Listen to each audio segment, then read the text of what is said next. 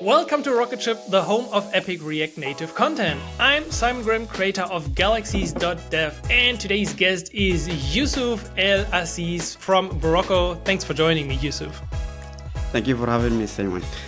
So Youssouf is not only listening or a listener of the Rocket Ship podcast, which of course I recommend to everyone, subscribe if you're not yet, but he is also the mobile tribe lead at a company called Obytes. We're going to talk more about that in a second. You're a core team member of the Geek Blah Blah community in Morocco. I really love that name. And you also contributed a lot to open source, and definitely your blog contains a lot of great articles. So I really like it when people put out good content.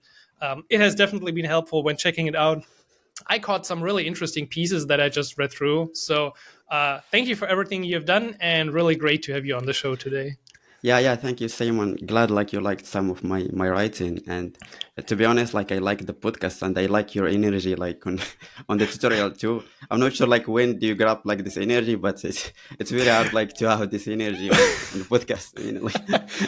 Yeah, to be honest, I think years ago I heard from a coach or so, or in a video, that when they start recording a video, they try to go 10x. So you're usually talking to someone, hey, what's going on? You just have to 10x it, hey man, what's going on? You have to go completely crazy. And then I kind of do the same, before every recording or a video. I just honestly, some years ago I played in a band, and there was people singing, and they always had this start to warm up, and they did la la la la la la la la la la, and I always do this automatically before recording a video or podcast, just to get in the mood. So it really takes preparation. It's then after 8 years of YouTube, you can switch it on just by doing la la la la la.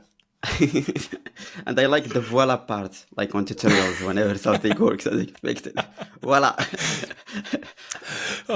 It's so great. Okay, Brad, talking about you. So you grew up in Morocco, and coming from Europe, talking to a lot of people in the United States or anywhere, it's kind of hard to understand what's going on in Morocco. So what was it like to get into technology in Morocco? What was your path into becoming a React Native dev?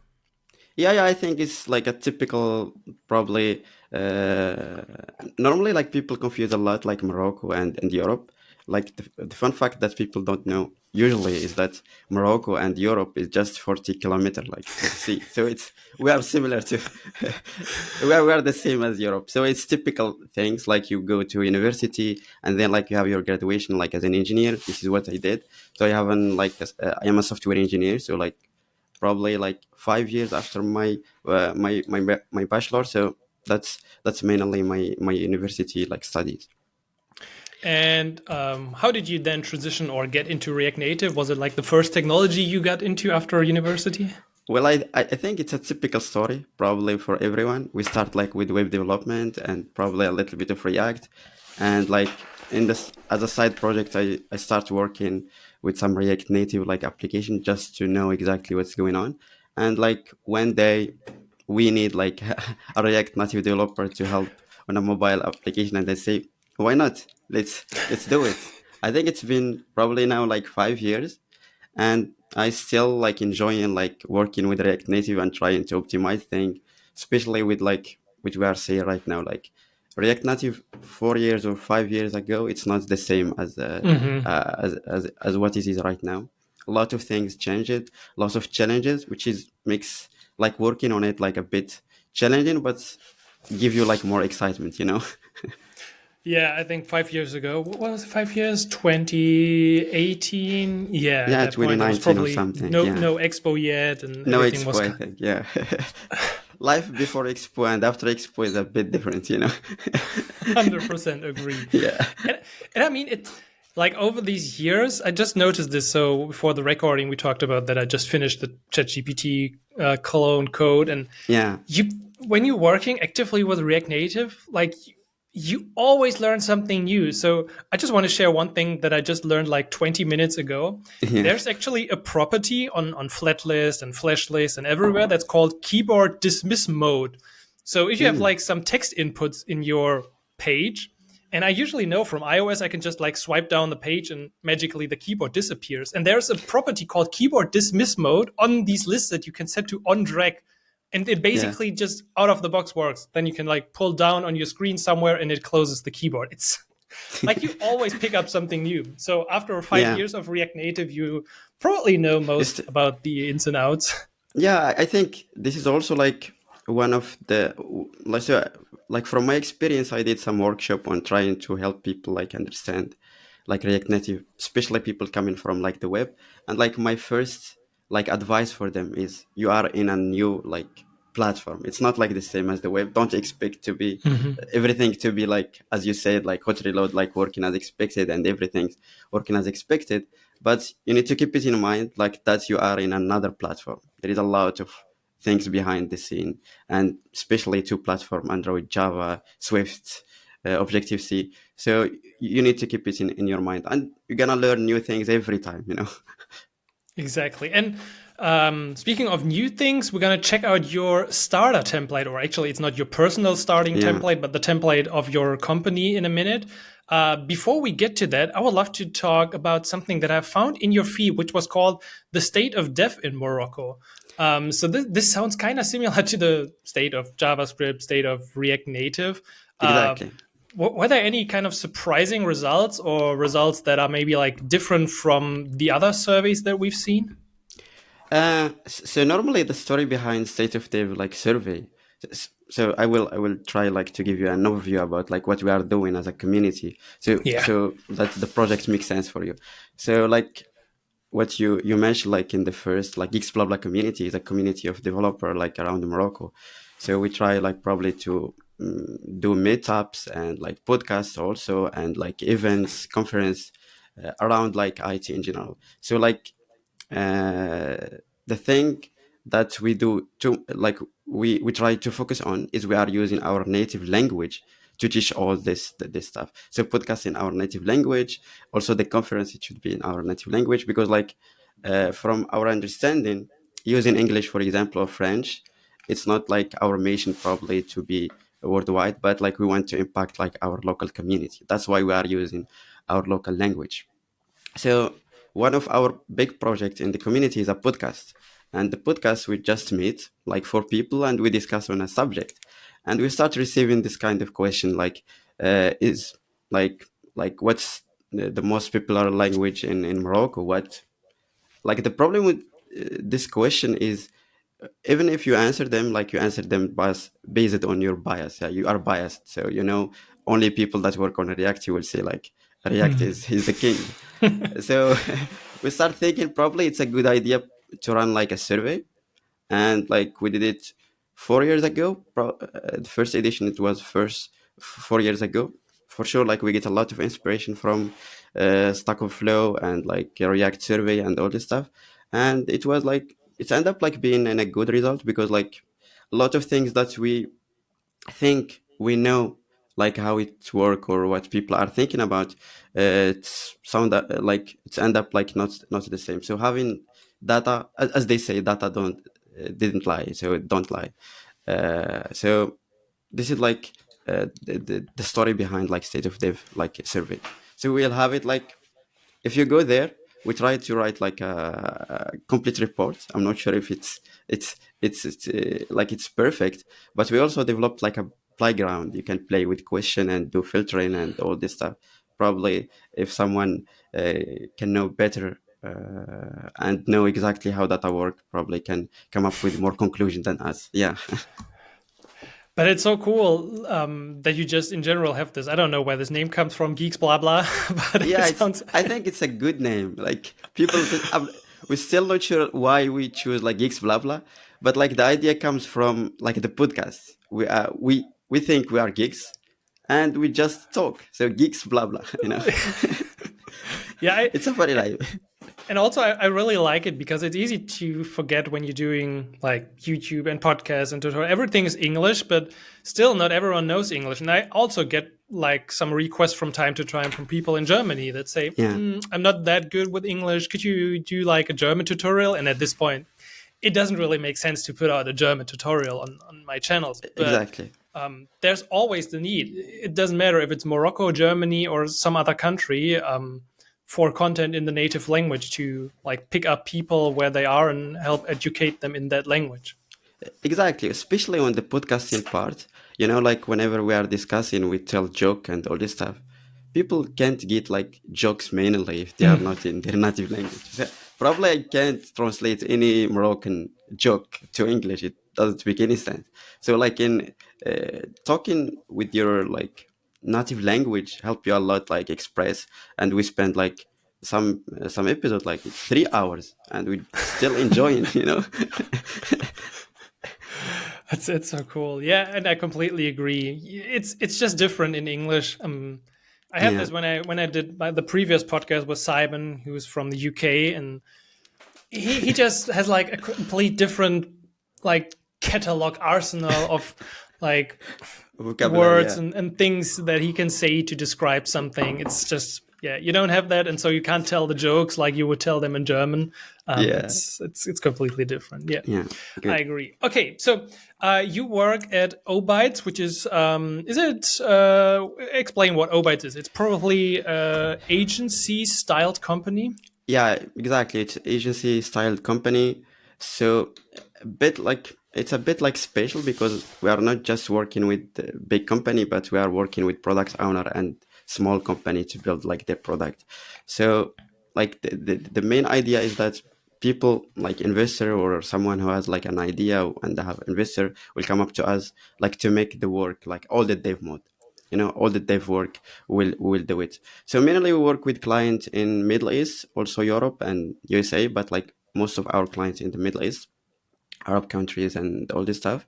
Like also like working on Obytes is a bit special because we are working on multiple projects in the same time. So like the way we are managing team is a bit special. That's why like you mentioned that I am like a mobile tribe, and tribe is like a term that people don't use too much. Probably they use squad or team or anything.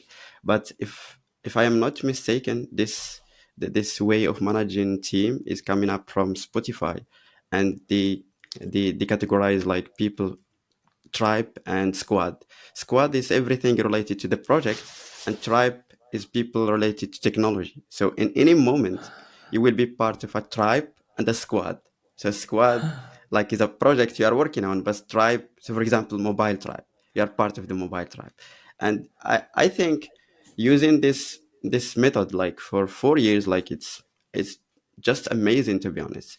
You feel that you are part of like a tribe, and the role of the tribe is to make sure that people are in getting more ideas and setting best practice, and also like the squad making sure that we are delivering the projects in the same time, so in the right time. So it's always good, and this is, I think, why we end up like creating the starter in the first place. Yeah, we're gonna come back to the starter in a Yeah. second. Yeah. I really love this. I think I never read about this, like the tribe and squads, but it sounds really great. Like, yeah, Yeah. it totally makes sense. And you are the leader of the mobile tribe. So, what are your responsibilities in that role? So mainly my responsibilities, it's depend on it's depend mainly the answer for every question. But mainly what I will do is like I will make sure that the project we are working on, all the projects are uh, are like in a good shape or good quality, technically speaking, you know. So I will make sure that you are using as a part of, if you are a part of our mobile tribe, I will make sure that your work uh, is good, and you are doing the best practices we are following every time. And also I do a lot of code review, and sometimes, you know, when things are not working correctly, I will jump to the code and help like my team members like delivering things. So mainly writing documentation, setting best practices, and also doing code review, and jump to the code whenever they want me to do something. Yeah. Yeah, I think that's amazing to have like this one. I mean, you're also part of different other squads, I guess, where you work on a project and not only leading the tribe, right? Exactly. Sometimes, as I said, like sometimes, like depend on the project. Whenever they don't have someone to work fully on something, I will jump and at least start the project and see if someone can help on it. Yeah. It's depend. My work is a bit complicated, to be honest. I'm switching context every time, Yeah. like, and every, but I'm still enjoying it. It's a bit overwhelming sometimes, but yeah, it is what it is. This is work. Yeah, I think this is also interesting. It's probably not for everyone, but it also makes the days interesting. So in my first job, every developer was usually working on like two, maybe sometimes three projects. So Yeah. you maybe would do like Monday, Tuesday this project, Wednesday, Thursday that, and Friday something else. It Mhm. just like it's a bit like hard sometimes, especially if these projects also have different technologies. So there were definitely days when I switched from like Objective C to Swift to Python to Haskell to JavaScript back, and but Yeah. it also makes the things a bit more interesting. I don't know how it feels like to, let's say you're a meta engineer and you're just working on this one thing day in and day out. That can also become boring. Yeah, yeah, exactly. That's what I was saying. Like it's like especially for people that like learning new things and like having like more ideas, and probably working on the same projects will get you bored very quickly. I think the same for me. Like I like learning new things and probably trying new things. That's why like being a mobile tribe, and one of my role is to make sure like we are using best practices. So every time I will search, I will read like documentation, I will watch some tutorial from Simon and to try to get something new. So this is like one of my work, and I try whenever like I learn something, I try just to give it to other team member by forcing it or just suggesting it. It's depend on the context. I mean, it's so cool. You have this sort of identity that you always like. You can always justify watching Theo's videos because Theo is introducing some new Yeah, concept, and then you can like bring it to the rest of the team who's not into like the tech exactly. influencer or whatever. So I really Exactly. like that role. I should get a role like that. Exactly. Regarding this, so like in our mobile tribe, we do like a meeting every two weeks just to discuss what's going on. And some of our team members will just do like 5 or 10 minute like presentation or something. He just learn or she just learn. And we start discussion, like it's kind of our way to improve ourselves and share knowledge. Yeah, that's a perfect point. You sharing knowledge, you share actually a lot of knowledge with your starter template. So there are a lot of starter templates. I had someone from the Ignite team on the podcast before Yeah. talking about the Ignite template. Of course, Expo has a ton of templates. There are some CLIs that generates templates. And on March 4, I saw a tweet from you. I don't know, the algorithm showed it Yeah. to me with a major update of the Obytes Starter template, which until then I actually haven't seen, but you created this nice graphic, so that definitely caught my eye. Highly recommend for everyone put images into your tweets, Yeah. and then the link in the next one. So the Obytes Starter. Can you explain what the Obytes Starter is and why I should use it? Yeah, probably I will start with why we open source it or why we create it in the first place. So Yes. people probably will make sense more than trying to explain what we are doing. So I think you mentioned that probably switching context is a bit complicated. That's what happened to me. So back then, I think 3 years ago or something, whenever we start a new project, everyone will, you know, React is very opinionated. People will, there is like millions of packages, and people can will argue that Redux is the best choice. Some other people will say no, you use Redux Saga, Redux Thank, a lot of choices. And because like we are working on multiple projects, people will choose whatever they want, and this make my work very hard because like I need to switch projects, and I need to switch even if we are still in React, but like the whole ecosystem is another libraries, and I need to learn more. and and no, and especially that whenever like I discover that this is something we should do as a best practice, I can transfer it to other projects, you know. Mm. This is why not. Probably we need to find like a way to align all the team to use the same thing. This is like when the idea started. So we started like, and I did this initiative and create like a project, what like a minimal one just for people. If they want like if you want like to start any project in React Native, we should use this format. And in the first, I think in the first month, we just agree that if you want to do forms, use this. If you want to do this, use this, just to make sure like we are in the same path and we are sharing like the same knowledge. And after that, we add more things, more documentation and more stuff, and people start like benefiting from it. And especially the idea that I mentioned, that whenever we discover like an issue with an implementation we do in a project, I immediately share it or leverage the same thing and fix the issue before even it's happened like on another project. And it's very, very beneficial, and also help us like on our, so in Slack we have this mobile tribe Slack channel, and people will put like their issues and other team members will try to answer. So having like the same like libraries and the same methodology like give people more ability to answer this question, because like probably they already had the same issue and they will fix it. After that, I think a year using the template like internally, we discuss like why we can't like open source it and see what people can see about our best practice, if it's still best practice for the whole world or not. So, and we open source it. It was like, I think the first version, it was like just an like a React Native template from the CLI.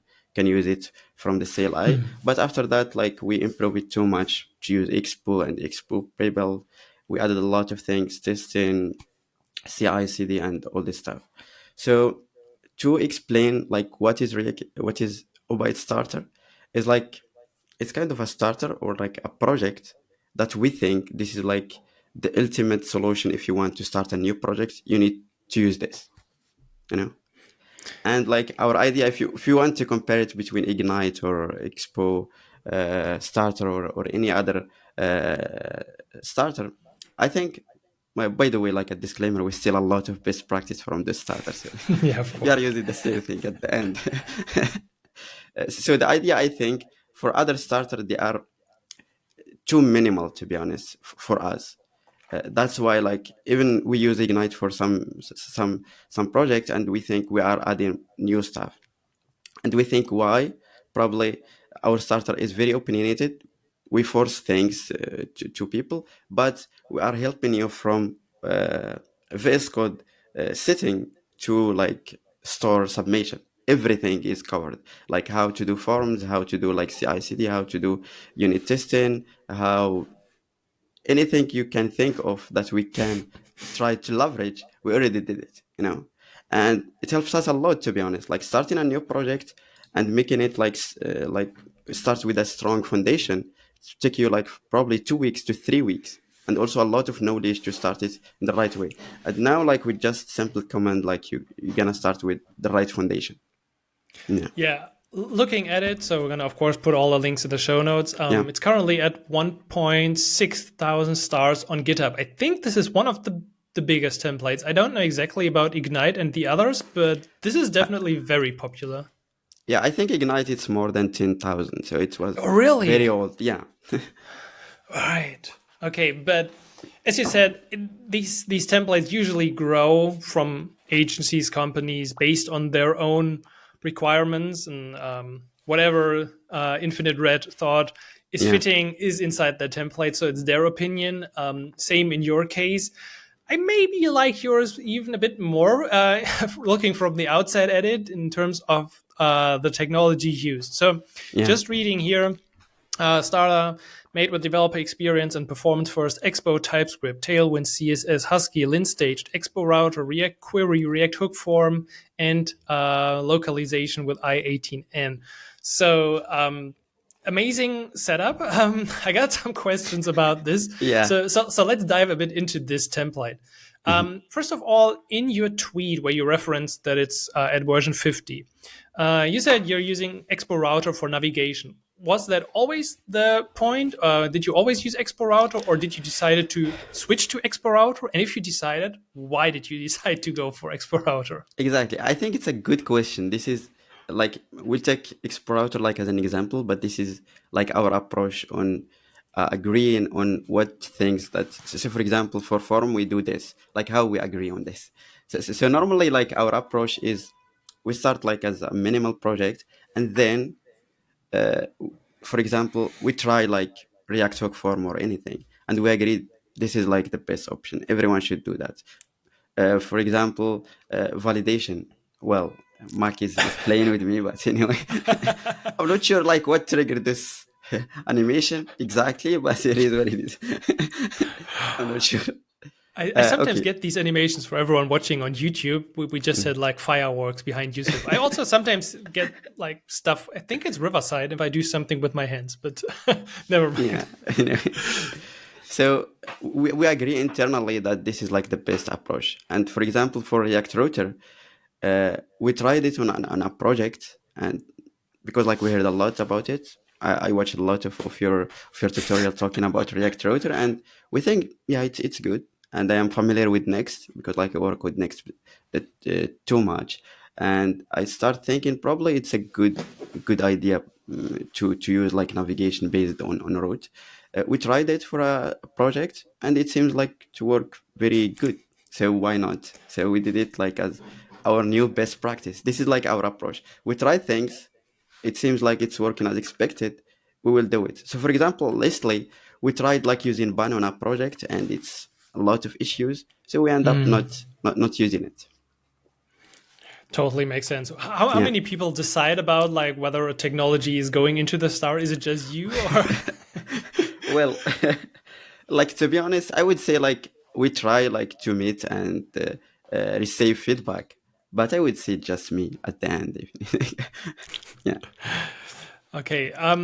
Additionally, you also mentioned that you're using Native Wind version 4. I'm still waiting for like the official release from Mark, but I think he was working on something else. So Yeah. anyway, it should be close to release. So why Native Wind? Okay, so one of the things that we like as our philosophy is to make development or developer productivity like in a good shape, to be honest. And I think using native wind, especially for people coming from the web, and most of people are using Tailwind. Like using native wind, it just like you feel that you can build everything very quickly, and it makes sense. All other we used Restyle before. I think it's good, but like I don't like adding new props for every CSS things or for every style thing. Uh, I think we are a bit biased because like I use Tailwind CSS on the web, so why not? I can't use it on the mobile. I know that a lot of people say that there is a bit of performance like difference between the solution, but we use like native wind even the version 2 with production project, and it's working as expected. And I know that from like your podcast that like version 4, I think it's very good and good in a good shape regarding performance. And we start using it even if it's not in production. We start using it in some project, and it sounds like the experience is much better than even v2. So that's why we are using it. I know that it's not production ready as the maintainer said, but to be honest, like we didn't face major issue. Expect some issues on Windows if you are developing on Windows, or some compatibility issue with the web. But yeah, that's mainly what's happening. Yeah. Yeah, we had Mark Lawler here on the podcast. I agree as well that it's. I mean, I can't predict the future, but if I read the signs correctly, it just feels like this is what we're going to use in like 2-3 years. Probably most of the tutorials will use native wind because Yeah, every web 100%. tutorial you watch on YouTube, like everyone who uses Next.js is going to use Tailwind. It's just like Exactly. Especially starting from the fact that most of people that work in React Native is coming from a web background. And we know that right. native or Tailwind CSS are used like the most, I would say, like most popular framework on the styling. So this will affect also like the React Native ecosystem. I really like that you also just clicked a bit around in the template that you get, that you have some small scripts like generate Yeah. APK and install. I mean, this Yeah, is such a small thing, but whenever I'm in a project, I'm like, okay, how do I now build an APK? Okay, Google, how do I build APK? Blah, blah, command. Blah, blah, blah. And yeah, you, I mean, it's 3 lines: is assemble release with the Gradle file, then find the yeah. APK file and call adb install. It's not that hard, but having the script in here really shows that people actually use that stuff, encountered a problem, and then made a solution for this starter. I really like this. Exactly. And I think what you mentioned right now, like it's very important because like if you read like the first like I think we wrote a lot in the documentation part trying to answer why this starter is for you. And I mentioned that there is like two type of using this starter.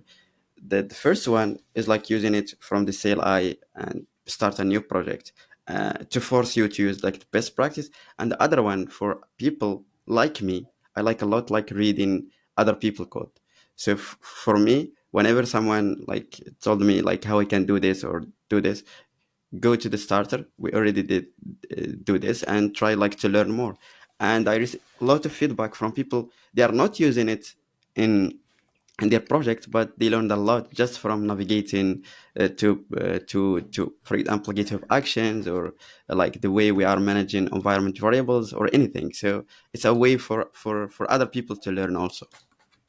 Yeah, I think I just recently got the question as well, like how can I learn React Native, or what's the project structure I need? And I mean, there's like the Airbnb guide, Yeah, style guide you can check out, but this is definitely one of the best things.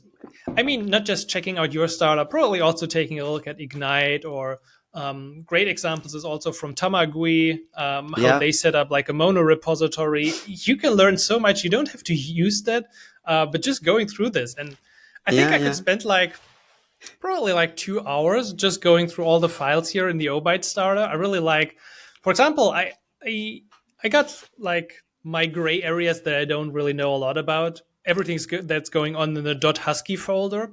I hmm, have only a vague idea of what's happening here. I only get in contact with this in like my Galaxies project, where somebody yeah, set up a Husky file and then I can't commit. This is the only thing I know about Husky. It's getting in my yeah. way. Um, but you also, for example, you have an API folder under the source folder. What's going on here? Because this is not using Expo API routes. What is I, this for?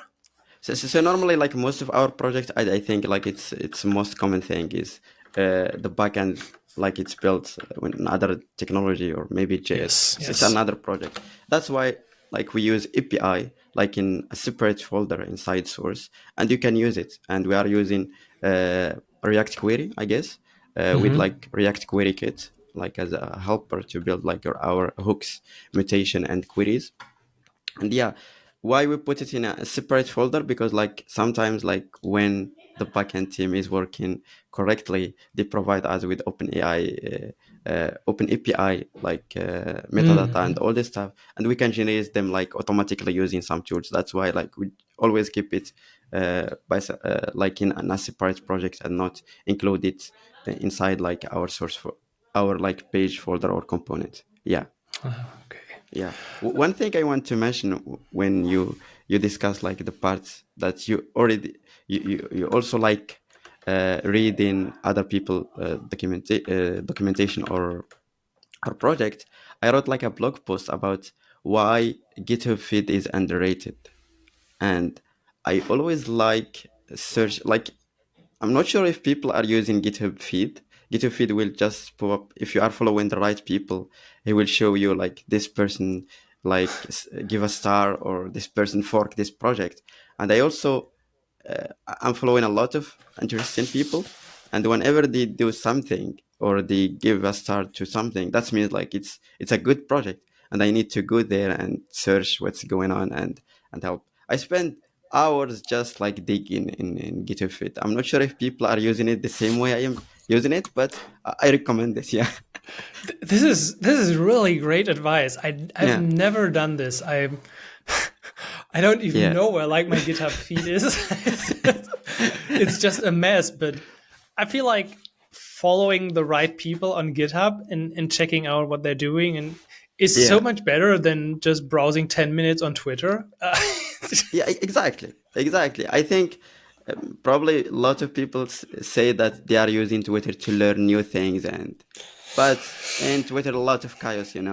It's hard like to concentrate. But in GitHub, you know exactly what's going on, and also for people that working on open source, it will show up also, like for example, PR they are working on and all this stuff, and you can know exactly what's going on with X. So if you are following Ivan, for example, whenever Ivan like create a PR, it will show up like in your in your feed. What? Oh, okay, he did this, he did this, or it's always good. But you need to, as I said, you need to follow the right people. Don't follow me. I just do tutorial repositories.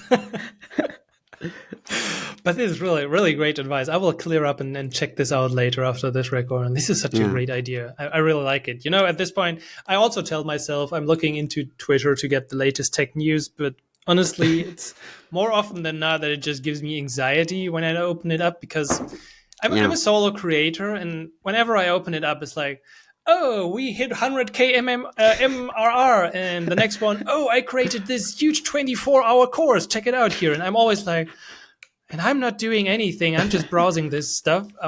Yeah, yeah. it's like all the I time. feel You, you. you you you tell yourself like, I'm just gonna check it for a minute and see if Theo put out another drama tweet, and then you end up with some sort of bad mood. It's just not worth it. It's like, I mean, Yeah, it's engineered and designed to give you this like craving come back, this little flash of dopamine, and yeah. these random rewards. It's most likely like a slot machine. I just listened to an audiobook which explains it. So they have the Exactly. same concepts.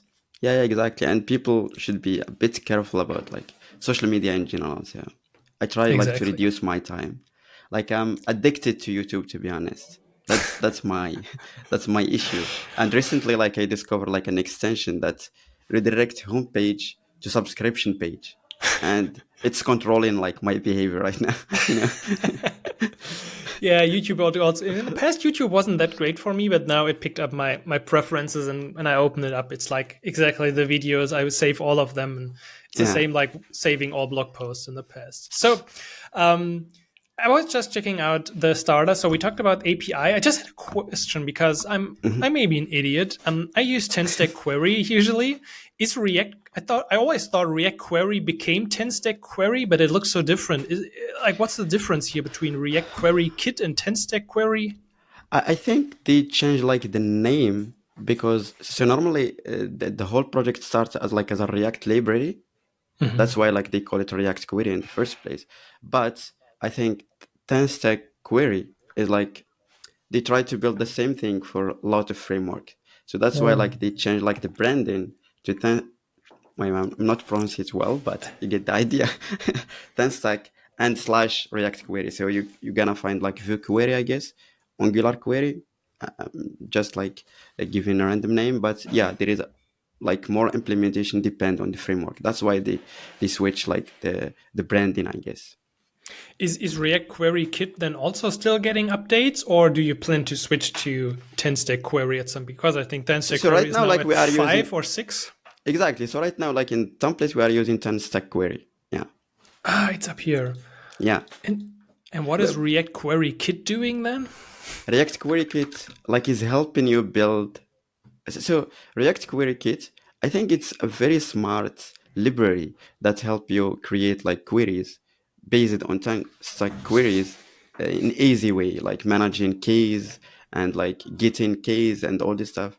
It's a very interesting project and I like it a lot. It will help you like create query without like thinking a lot about best practices. Do you need to use this key? How you can use variable as key? Uh, a sample examples, for example, I will give you a simple example. So to create like a React query, let's say for example the API doesn't accept any variable in the first place, and you create your use query and you are good. And like for the key, you just use post, for example. And after that, like the API changed and you added like a variable, you know. So the best option here is you need to add your variables in the key also to make sure you are not mistaken. Sometimes people will forget because like you are just refactoring. But if you are using a React Kit query, okay, uh, it will force you probably he will generate like the key for you based on variables and the name. So even if you change it later, it's gonna be easy. And like he introduced this kind of router, they call it router. It's just a mechanism to uh, to organize like your query based on the model they are part on. So it's like, I think it's a good library to use, especially with React query. I like it. Yeah, you're also using Zot, I just noticed. So Yeah, you're really using all the latest and greatest in exactly. here. So yours, we use it on form validation and also environment variable validation. Such a great. I definitely do need to do like a deep dive into all the technologies used in here. This is, I could almost record a whole video on like all the Yeah, good stuff in here. like Really if thumbs up for everything in here already. yeah, thank you. If you ask me like what's the best thing in the template, I would say like GitHub Actions. I Okay. think GitHub, like I'm a person a bit biased because I like automation a lot, and anything that we can do manually, I try to automate it. So GitHub Action, we have like 10 probably uh, 10 workflows, and they Hmm. can do a lot of things like validation, TypeScript, validation, linting. We already have like just a small GitHub action that whenever you commit like an image, he will do like compression and make sure like you are using the best format. And also like we have GitHub action for testing and like for end-to-end testing, for generating the APK, for like building like the app to QA and production. So all this, I would say people don't see like the benefits of this automation. But if you compare like yourself, like trying to do everything manually and like yourself when you do GitHub action, it's like a huge benefit, especially for me, because like GitHub action is the only way to force other people to stick on the best practice, you know. So I think I haven't used GitHub Actions a whole lot, to be honest, yet. Mhm. I maybe you can explain a bit what's going on in the .github folder and how these actions run, and when do I have to like, or will they be automatically executed whenever I push my stuff to GitHub, and also in combination with Husky. I've seen Yeah, Husky many times in projects. Is Husky more like pre-commit stuff that runs locally and like formats my code? Yeah, how do these exactly. play So together? we have like as they said, like you need to do validation in the client and the server. We do the same thing. So pre-commit is kind of the validation in your in your device. So you let's imagine like, let's think about like building a future.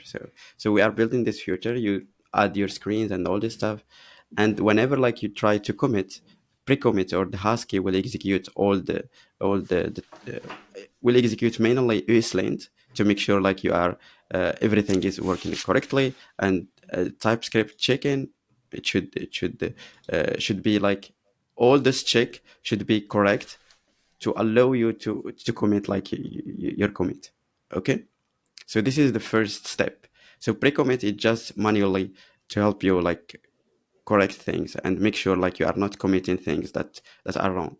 After that, so we mainly use everything you can't push to master. This is we do this like in the pre-commit. If you go to the pre-commit part, if he if like Husky know that you are pushing on the main, he will tell you that you can't do that. Create a PR, and whenever you create a PR and you open the PR for the review, a lot of we mainly run the same thing. So linting again, and like because like you can play locally and and disallow like or disable Husky like to push your code, but Hmm. we need to run it again on the server.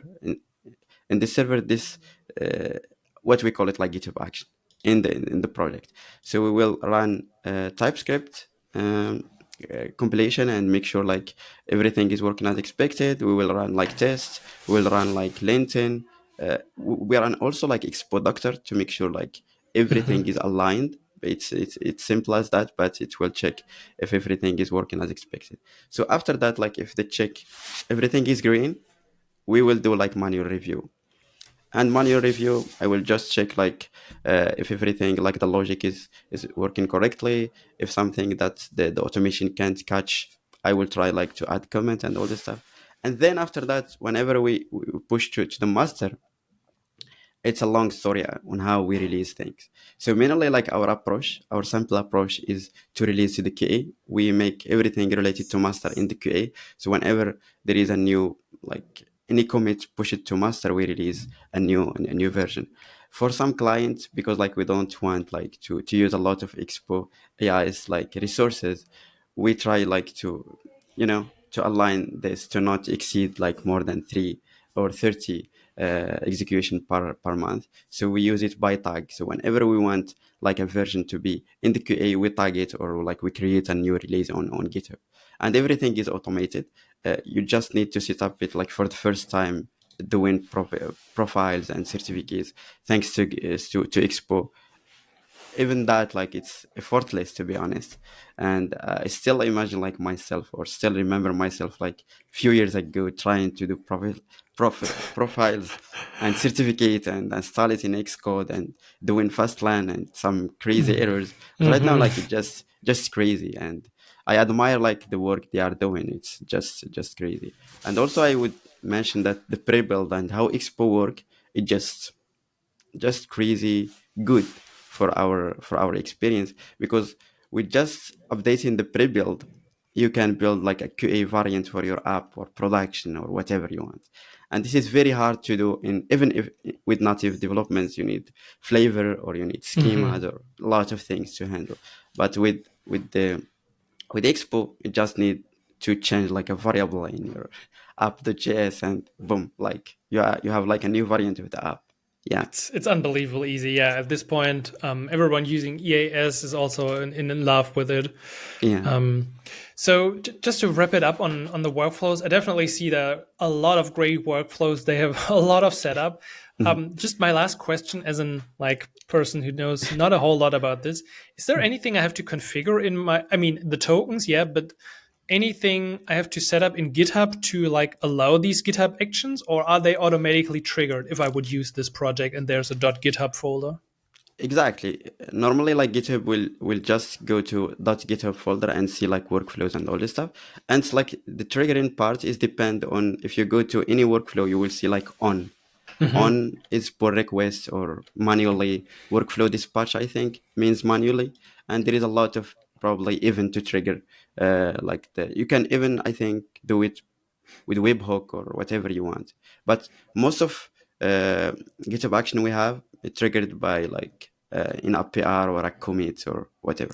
Yeah. Yeah, I mean, the easiest is probably compress images or Expo Doctor, which is triggered on push to branches, master or main, Yeah, exactly. looking for all the images, and then runs a specific job. Yeah, I Yeah, love this. and you can add more details. For example, if you go to the Expo Doctor, we run it like on every commit, but whenever you change like package.json or log, because like it's make more sense.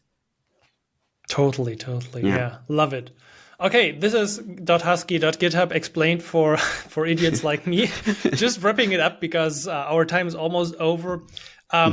You also have a .maestro folder, so it looks like you're betting on Maestro for testing. Why is Yeah. that the case? Because I think Maestro is still pretty early. I mean, many people like it, but it looks like you've also spent a considerably amount of time, as there are some Maestro tests in the project included.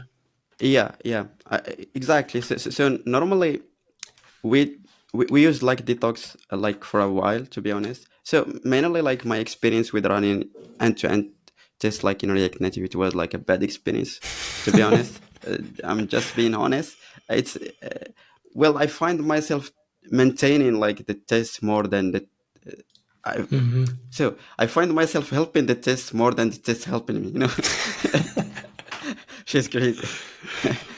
So, but like when I tried like Maestro, it's just amazing, to be honest. Like it's easy. It's easy to even tell like the QA team, even if they don't have like any background on programming, do this and do this, and they can write like a whole workflow. For sure, like we have like a lot of small issues, and but like we find a workaround on how to do things mainly. But right now Yeah. we are using Maestro, not heavily, but yeah, for the most of the case. Oh, yeah, you have some test cases, at least for a login form. I see tests. Yeah, for Otherwise, login form. Yeah. not too many. But Mhm. anyway, this is a really great template. I think I'm gonna do more about this because it really covers a lot of the best practices right now. And as you said, it's coming from. I mean, the Ignite template is also battle tested, but I definitely like yours as well. Yeah, As you you've should been using. you should do like a video about it, probably. Honestly, I have that note in my notes file, like comparing the different templates and checking them out. I just haven't gotten to that. It's always delay. Like there's always something else coming up. But whenever something like this happens, I bump up those videos so they get more to the top again. So maybe over the next time we're gonna see a review of the most popular React Native templates. Exactly. One other thing is probably is we try like to create or like write a lot of documentation. So probably if I'm seeing something wrong, go to the documentation. I will find like the right answer for your questions. Yeah. Yes, the documentation definitely looks really cool. I like that you have the logo. Yeah, the documentation pages are also pretty clear on everything that's going on. I will put all the links for everyone in the show notes. It's otherwise also at starter.obytes.com available. Is there anything else we forgot about the template or anything else you want to mention? I think we are good. Thank you for having me, Simon. It was great, to be honest. And keep up like with the great work. Like I personally like enjoy like podcasts, and I benefit a lot from this kind of podcast and tutorial. So thank you again. Thank you for coming on. And I mean, it's kind of an exchange. You listen to my podcast, and I look at your repository and think I can do a video, and I learn like everyone's like again the community, really great stuff. So any other links? Where can people find out more about you? Yeah, probably my website elazizi.com, and probably my Twitter. They can send me like DMs if they want. I can answer mainly, and probably see you in the Up.js Conf if I get the chance to be there. But I would say hi. I know that you will be there, but I'm still not sure, to be honest. So if I get the chance to be there, I will make sure like to catch up and say hi. Yeah. That will be amazing. And for everyone else, also, we're going to see you at the App.js. Or if we don't meet there, maybe we can meet Yousuf in Casablanca. Exactly. Welcome, everyone. Yes, awesome. Thank you so much for taking the time. And also, thanks for the Obytes Starter. Thank you. Bye. Bye.